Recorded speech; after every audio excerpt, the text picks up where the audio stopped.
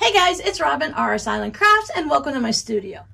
This is my Whip It Wednesday video when I show you what crafty, creative goodness I've been up to in the past week.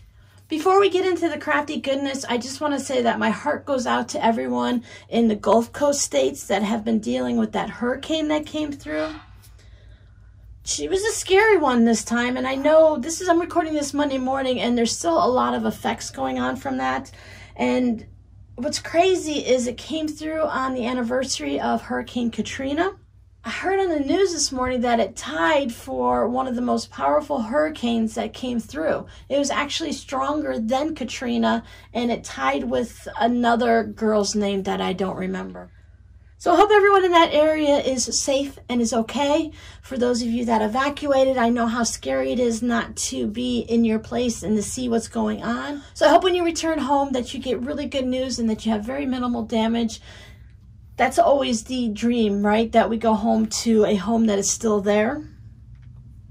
I know that storm surge can cause a lot of problems. All right, let's go into this craftiness and see what I worked on this week.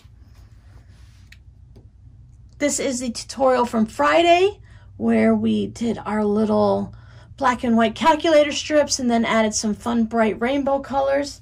I had so much fun working on this that I did a similar block in addition to this one for my patrons on their Sunday morning video.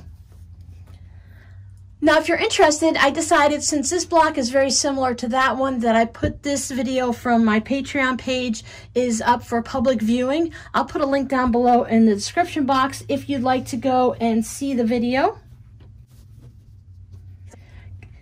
I thought putting one that's really similar to what we already have, and you guys can easily figure this out, that you can go and get a feel for what my Patreon videos are. They're not always the same as the Friday tutorial, but if I can come up with something that will expand on it, if I have an idea that is similar but gives you a more of a jumping off point and gives you a different idea, then I usually like to do that with my patrons.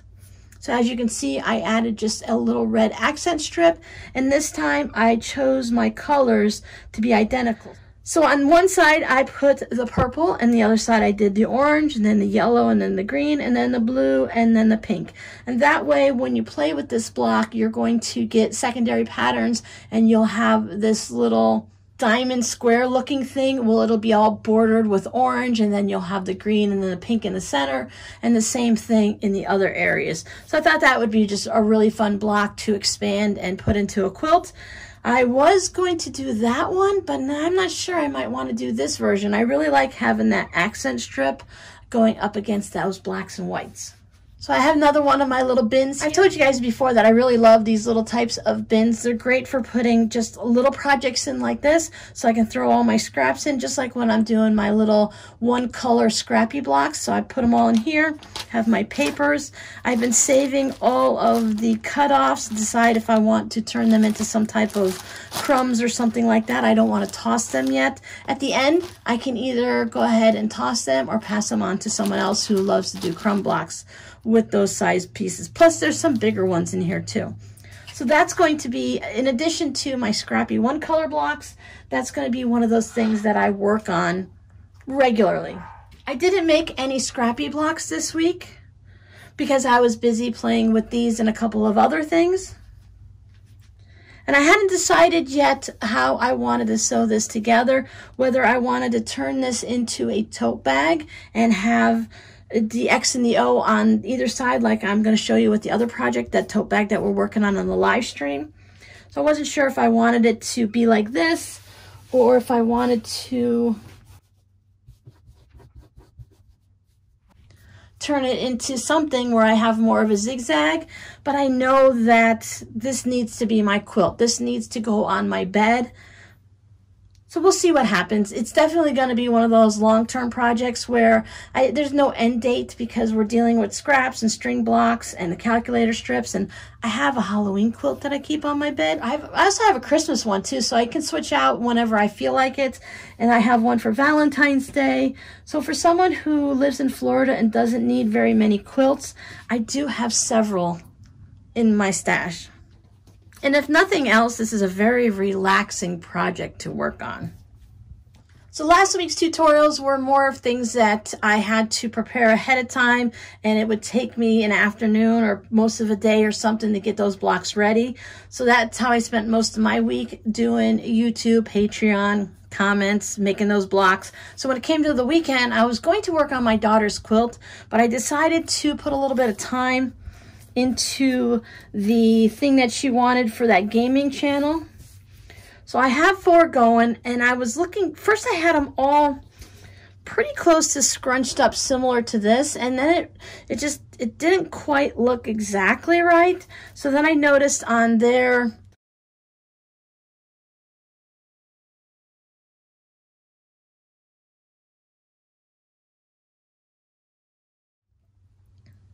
picture that it had it so that they were spaced out and there was empty space in there. So I went ahead and I did those. The thing is I had some of them already, these were already fused down.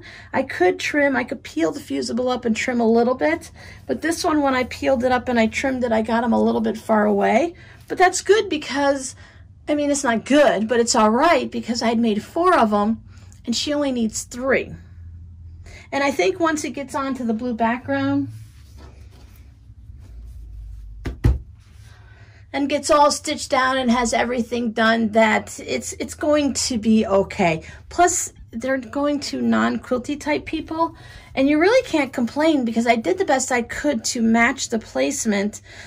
Again, I told you before that they had 8 of them, and I went to 7 just because if I had to put the 8th one in, it was just going to be a little bit too much and a little bit too crowded. Kind of similar to almost what this looks like with another one. This one I could have put one more in, but then if you figure, where am I going to put another one in here? They're all stitched down, and can you see on the black ones, I had to stitch up and down all of these little bits here. You can kind of see a little bit on the green there. But what I decided is, since it's a palm frond and they always have those, they're not hairy bits, but they're like hairy bits, you know, those little bits that are hanging down where as a palm frond comes apart and stuff, it shreds a little and it just has all of those little large strings going down it, so that if they were to wash these or they use them a lot and the parts around the stitching became a little frayed, it would give it that kind of look of the palm fronds. So I didn't go and do exactly deep detail. So what I did is I just went to a point and came out. So I didn't follow all the way along. I just came to a point and went out. And I think that'll be fine. And you know what? I'm going to tell my daughter, because I can tell my daughter we have that kind of relationship. I'll tell her, hey, if you don't like it, I don't care. You didn't pay for it. You bullied me into doing this for you because you know I love you, and I know you know I love a challenge and to be creative. So, take it or leave it, Missy. That's what I'll tell her. Now I'll tell her, oh, I did my best. I hope you like it. Here you go. Send it off to your buddies. And if she really doesn't like it, I mean, she can just not send it, right? Not exciting, but a necessary thing. I made some handles for the pink, purple, and gray tote that we are creating on the live stream. This week coming up, we are going to put the zipper in the lining. I took the piece that we created. I needed to do a little bit of trimming, as I mentioned, because it was a little bit big. I'm going for about 18 inches to start with. It'll probably get trimmed down more to about 17.5. But I needed to add a strip to make it wide enough. Now, I would have loved to put a strip on both sides, but this piece is a little extra wide so that I have room for trimming, but it only needed to be 2 inches. So if I'd have put it on either side, it really would have been too narrow. I would have lost a lot in the seam allowance, and it would have been in the sides of the bags anyway. So I decided to make it a little quirky and off balance. But I do like how these pink and gray strips, if this were wide here and there and you had this strip going down, I do like how those lighter colors look going against this purple blender fabric, the darker color. I stuck with my Matchbox quilting, you know, straight up and down. I've had a few questions on that. Mine are very organic, so they aren't straight at all, and the spaces aren't equal. What I like to do is I take one of my threads. This time I took the darkest one because I wanted to put it in the dark purple here, and then put a couple rows there. And what I do is I just go ahead and stitch it down. I bump mine up. I usually sew everything at a 2.0 stitch length. I bump mine up to a 2.5. You can really go up a little bit higher if you want. I think some machines go to a 2.8. I'm not a fan of the 3.0 stitch length for quilting, not for just going through the thin batting like this. So I put the wild and crazy pigs that are pigging out on pizza, ice cream, and popcorn on the back.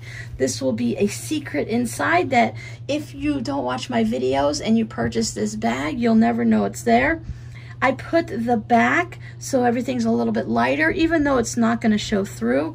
If I had a bunch of light colors or white fabrics on here, I would be a little bit more concerned about any type of shadowing, but with a project like this, it's fine. When I do my organic straight line stitching, I just kind of hold it at the machine like this. I use a walking foot and I just let it walk. I kind of aim for a position. Like if I was doing along here, I do like to go maybe 1/4 of an inch along those lines, but sometimes even here it gets a little bit off, and then I just let it go. And I work on 1/2. So I go top to bottom, I trim my thread, top to bottom, trim my thread. I know that I'm wasting a little bit of thread. You can see all of it through there. I could use my little, what I call the spider, that scrap piece of fabric with all the threads sticking out of it. Currently using these ones with the black with the little puppy prints on it.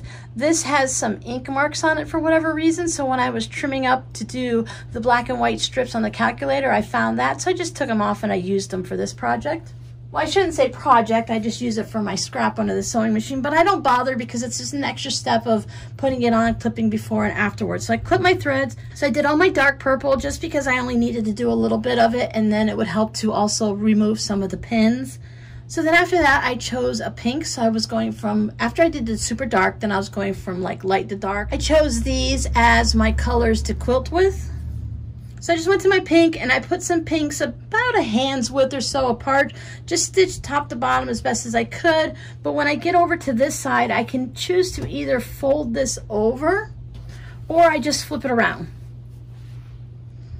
I find that if I do one side this way and then I flip it to do the other side in the opposite direction, I go top to bottom and then bottom to top, I don't get any of those weird waves that you kind of get, those little weird pucker waves. I don't have a problem with that. So I put all of my pink down, and then I decided to go ahead and take a bit of a little darker purple. So instead of going from this pink to this purple, I went to this one. And then I use the side of my walking foot to determine the width to the next one, which is usually give or take 1/4 of an inch. It's usually a little bit larger. And then I would just put it on the side of this pink line and I would stitch it down this way, flip it around, and I would stitch it down the other side, and I would do that on all of the pinks. Then I would pull out my next thread and I would go ahead, and there would be a space. So I would go straight down the middle of that big space.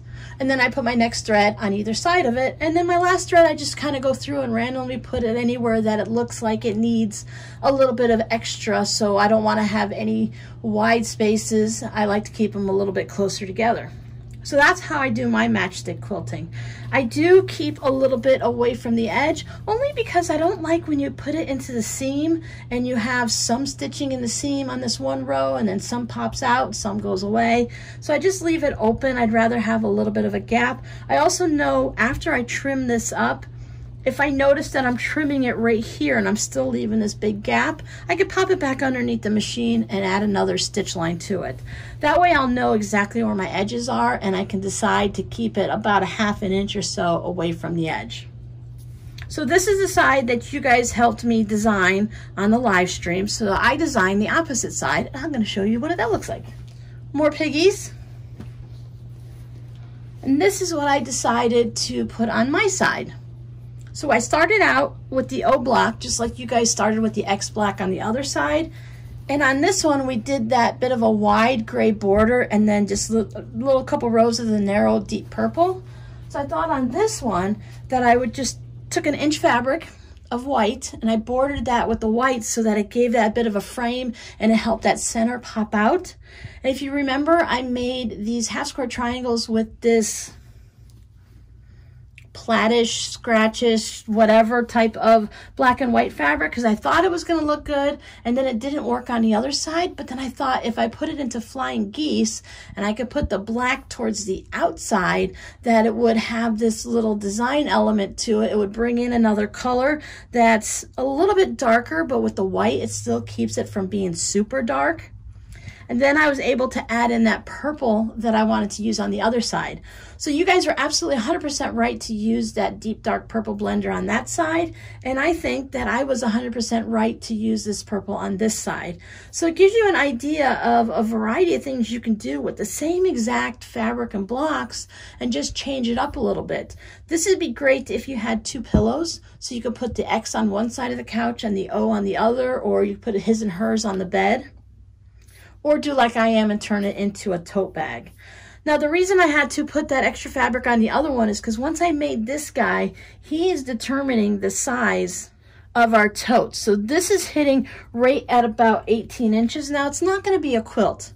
I do use a 3/8 inch seam allowance, so I am going to cut off the tips on my flying geese. I could use a 1/4 inch down there, but I just like a little bit larger seam allowance when I'm sewing a bag. I don't want to have to worry about anything fraying too much or if there being any issues. Now I could use the 1/4 inch, then I can overcast all the way down and it wouldn't be a problem, but I'm just going to go for it. As I mentioned before on these bags, that if I lose a point, it's okay. It's a tote bag, it's not a giant quilt, it's not going to be judged the same way. Tote bags, we can kind of do whatever we want because they're classified differently.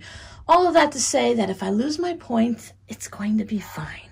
I was going to get a little fancy and detailed, and I was going to quilt this by following all of these lines and then quilting it this way, and then maybe quilting in a triangle type thing here. And I would be great if this were to be a wall hanging. Now, if this was a wall hanging, I would definitely want to keep my flying geese points because then it falls back into the quilt category. Not that I'm worried about quilt police, it's just what I would want it to look like. So I would use facing on this to make sure, or very narrow binding on the front to make sure I kept my points on the flying geese. Because if I were to put this on a wall, then I want it to be flying geese.